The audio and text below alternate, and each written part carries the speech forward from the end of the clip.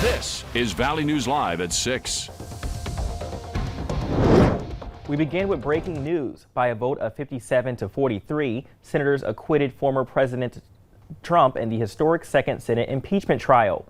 Earlier, the two sides presented closing arguments and reached a deal to skip witness testimony that could have significantly delayed the trial. CBS News correspondent Skylar Henry has more from Washington. That the respondent, Donald John Trump, former President of the United States, is not guilty as charged in the article of impeachment. A divided U.S. Senate voted to acquit former President Donald J. Trump on the impeachment charge he incited an insurrection. Mr. Romney. Guilty. 7 Republicans joined Democrats to vote guilty, but they did not reach the two-thirds majority needed for conviction. Earlier, House impeachment managers wrapped up their case, arguing Mr. Trump set the course for the deadly Capitol riot well before his speech to supporters that day. The President of the United States summoned this mob, assembled this mob, and lit the flame of this attack. Everything that followed was his doing. None of this would have happened without the president. Mr. Trump did not spend the weeks prior to January 6th inciting violence.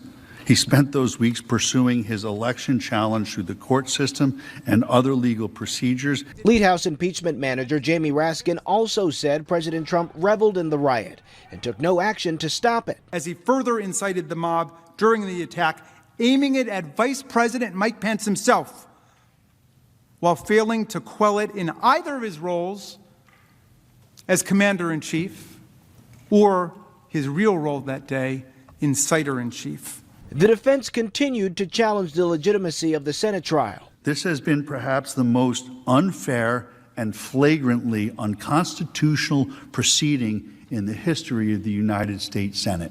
After his acquittal, Mr. Trump issued a statement saying in part, "This has been yet another phase of the greatest witch hunt in the history of our country.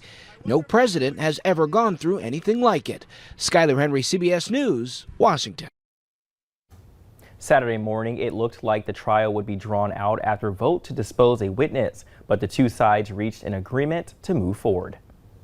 Now, we've been bitterly cold for over a week straight, but tonight could be even more dangerous if you're not prepared. Let's go over to forecaster Summer Snowbach. Hey, Summer. Hey, Brian. One of the only good things that comes out of this cold is the beautiful photos we have been getting in all week long. Here's one that was just sent in a few minutes ago by Louise out of Pembina, North Dakota. A beautiful full sun dog. Thank you so much, Louise, for taking the time to send that photo to me. But check out these morning low temperatures. These are a few of the smaller recording stations across our region. 48 degrees below zero in Norris Camp, DNR. These are not wind chill values. These were actual temperatures. 45 below in Shooks, Minnesota. 41 below in Lancaster and Pine Point. 40 below in Badora and Lake Itasca. 39 degrees below zero in Williams and Chamberlain. Wales and Frazee, 38 degrees below zero. And a few from across our region, 38 below in Rolla, 36 below in Foston, 39 below in Baudette, 27 below in Grand Forks. That doesn't make, or it does make, our 23 below not seem quite so bad. Temperatures are still in the teens below in Grand Forks and Fargo, 19 above in Anchorage, and just 9 below in Barrow, Alaska. Brian, there is a light at the end of the tunnel. I'll have a bit of a warm-up in our 7-day planner. A warm-up will definitely be something that we need right now because the negative temperatures are just not helping us for Valentine's Day. Right, yeah. So thank you, Summer. New for you at 6. One man is dead and another man is facing charges following a fatal crash in the metro. Police say it happened just before 1 o'clock. Fargo police officers responded to a crash on Great Northern Drive and 18th Street North. When officers arrived, they found a damaged vehicle and an unresponsive male. The 21-year-old male later died of his injuries. Through further investigation, officers learned the driver of the vehicle fled the scene. Police have since found the driver, who is currently being treated for injuries, as well as facing charges for DUI and criminal vehicular injury. The names of the two involved has not been provided at this time. President Biden says more vaccine is on the way as mass distribution sites such as Dodger Stadium in Los Angeles are shut down this weekend due to the lack of supply. The nation's daily coronavirus case count is down 41% over the past few weeks, and the number of fully vaccinated Americans now tops 12 million. It's helping the Centers for Disease Control make the case that schools can be reopened safely. They have unveiled a new roadmap showing how it can be done. Michael George is outside a public school in New York with details. Have you been tested before? For starters, the CDC wants children tested repeatedly and widely across the country, as they're doing in this prototype process outside a San Diego school. Have you been tested before? To safely keep children in school, the CDC also has new color-coded guidelines. Blue zones have low transmission, and schools are open for full in-person learning. Yellow is moderate transmission, but those schools can also stay open. Orange means substantial transmission, and schools should switch to hybrid learning and reduce attendance. And red means middle and high schools should switch to virtual learning if there's no regular testing. We need to get our schools reopened in the state of California for our youngest cohorts. We can do that safely. Governors are under pressure to get more schools open.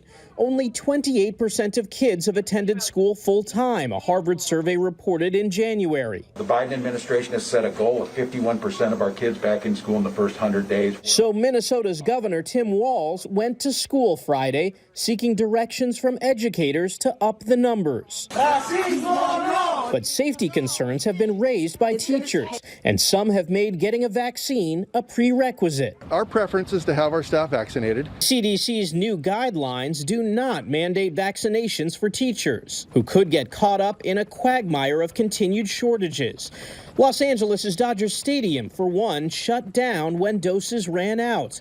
And so far, nearly 50 million doses have been administered, roughly 1.6 million a day. But to get to herd immunity by the end of the summer, CBS News found that number would have to increase to at least 2 million shots a day. We're getting 5,000, approximately 5,000 a week.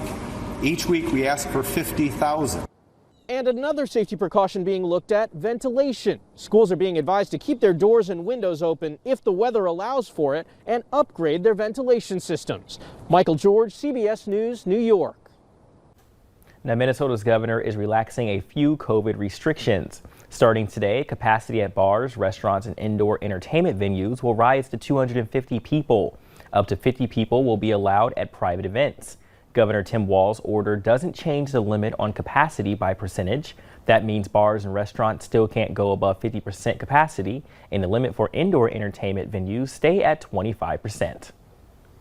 To stay on top of the latest vaccine news, check out our VNL vaccine tracker. Just open your phone camera and point it at the QR code on your screen. Then tap the link that pops up. We also have the link on our homepage.